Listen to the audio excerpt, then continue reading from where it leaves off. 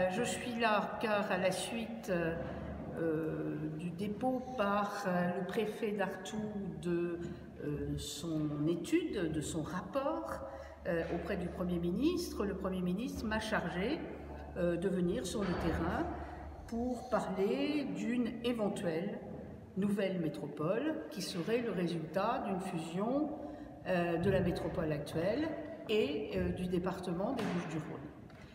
C'est la raison pour laquelle je suis là et j'écoute tout ce qu'on me dit, aussi bien les élus que le monde de l'économie, que tous ceux que je rencontre dans l'hémicycle de la métropole, justement, ou avec le maire de Marseille, ou avec le président de région, et bien sûr Martine Vassal que je rencontre. Très honnêtement, il y a un point sur lequel tout le monde est d'accord, je crois que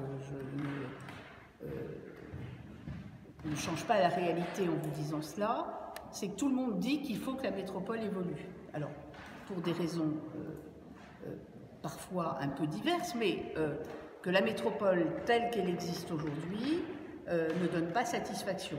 Pas de moyens suffisants pour répondre aux besoins de mobilité, des maires qui trouvent qu'on les a privés de trop de compétences, des finances qui redescendent vers les communes qui font que la métropole a très peu de moyens.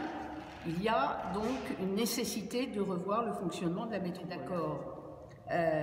Pour se dire qu'il faut revoir la métropole telle qu'elle existe, qui avait été créée, vous vous rappelez, dans la loi MAPTAM de 2014, à partir de ce moment-là, se pose la question de savoir si il faut profiter de cette volonté de revisiter la métropole telle qu'elle existe aujourd'hui, de savoir si on l'a fait à l'échelle du département des Bouches-du-Rhône. Bien sûr, cette question se pose ici particulièrement puisque déjà la métropole couvre la plus grande partie du département des Bouches-du-Rhône. Alors après, il y en a qui mettent en avant la superficie, d'autres qui mettent la population. Je ne vais pas rentrer dans ce débat, mais mis à part le pays d'Arles qui n'est pas dans la métropole, et qui est un sujet en soi, comme vous le savez, il ne faut pas tergiverser et le dire, eh bien c'est, je dirais, le vrai sujet sur lequel je suis venue discuter aujourd'hui. D'abord, je dois reconnaître devant vous que j'ai vu beaucoup de gens qui sont très allants sur la création de cette nouvelle métropole ici. Et là, les réticences du pays là, eh bien, j'y pars au moment où je vous parle. Donc je vais aller écouter ceux qui sont pour et ceux qui sont contre. Parce qu'en même temps, vous avez dû voir un document qui m'a été transmis, qui est une, je ne sais pas comment dire, une sorte de pétition avec beaucoup de signataires, 327 si j'ai bonne mémoire, d'élus du pays d'Arles qui sont pour ce rapprochement du département et de la métropole. Et puis il y a des opposants, bien sûr, alors il faut que je les entende tous pour voir quelle est leur réaction. Mais je comprends tout à fait leur souci de reconnaissance culturelle, si je puis dire, du pays d'Arles, de spécificité du pays d'Arles. En tout cas, je ne suis pas là pour annoncer quelque chose, je suis là pour, au contraire, faire remonter vers le Premier ministre et le Président de la République ce que j'entends sur le terrain, mais surtout aussi expliquer, parce que il y a aussi une très grande attente. Alors, il y a le pays d'Arles, mais il y a aussi les maires. C'est quelque chose qui me frappe beaucoup. Ici, les maires qui sont dans la métropole et qui veulent que les choses se fassent différemment. Vous dites éventuelle fusion, c'est pas une certitude qu'il y ait cette fusion mais si c'était une certitude, je ne serais pas là. C'est parce qu'on peut voir les différentes possibilités pour cette fusion, mais le fait d'avoir une fusion, c'est pas une certitude. Vous savez, il n'y a pas 36 manières ici sur le territoire tel qu'il existe.